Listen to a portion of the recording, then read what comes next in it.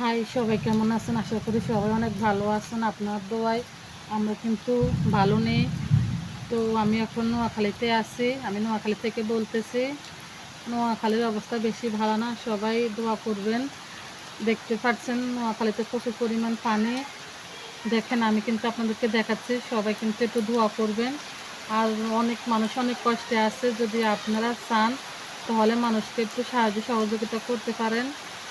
আমার মেসেঞ্জারে নক দিবেন, যদি আপনারা একটু সাহায্য করতে চান তাহলে। দেখেন, আমি দেখাচ্ছি নোয়াখালীর অবস্থা বেশি ভালো না। এই যে দেখতে পাচ্ছেন বৃষ্টি, এই যে আমাদের ঘর দরজার সিঁড়ি পর্যন্তই, এই যে দেখতে পাচ্ছেন প্রচুর পরিমাণ পানি, এখনও বৃষ্টি হচ্ছে। তো দেখতে পাচ্ছেন বৃষ্টি এখনও হচ্ছে, অনেক পরিমাণ পানি, এই যে দেখতে পাচ্ছেন। আর হয়তো কিছুক্ষণ পরে ঘরে উঠবে, দেখতে পাচ্ছেন। তো আমি আপনাদেরকে ভালো করে দেখাচ্ছি।